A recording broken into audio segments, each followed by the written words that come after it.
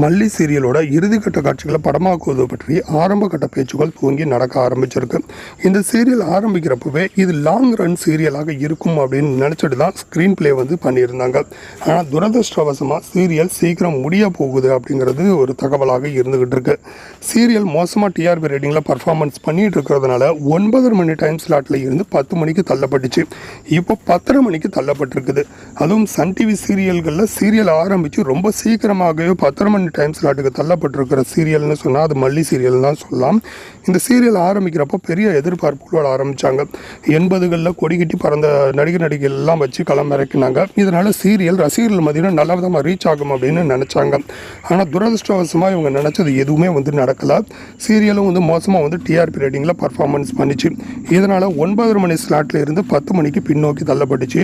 இப்போ 10 மணியிலிருந்து டேரெக்டாக 10:30 மணிக்கு தள்ளப்பட்டிருக்கு. இது ரசிகர்கள்கிட்ட கொஞ்சம் அதிருப்தியை உண்டாக்கியிருக்கு. அதே நேரத்தில் 10:30 மணி டைம் ஸ்லாட் அப்படிங்கிறது ஒரு மோசமான டைம் ஸ்லாட்னு சொல்லலாம். எதிர்பார்த்த அளவிற்கு டிஆர்பி ரேட்டிங்கும் போகாது. விளம்பரதாரர்களுடைய வருவாயும் கொஞ்சம் குறைவாக இருக்கும்.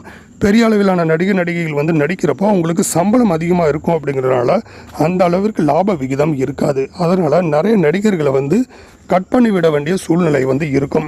ஏற்கனவே சில நடிகைகள் இப்போதைக்கு மல்லி சீரியலில் சில வாரங்களாகவே காணும். உங்கள் எல்லாருக்கும் தெரிஞ்சிருக்கும் யார் யாரெல்லாம் சீரியலில் தலை காமிக்கல அப்படின்னு. இதெல்லாம் சம்பளம் தான் காரணம் அப்படிங்கிற மாதிரி சொல்லப்படுது. இதே நிலை கண்டினியூ ஆனிச்சு அப்படின்னா மல்லி சீரியல் சில வாரங்களில் நிறைவடைகிறதுக்கு சான்ஸ் இருக்குது.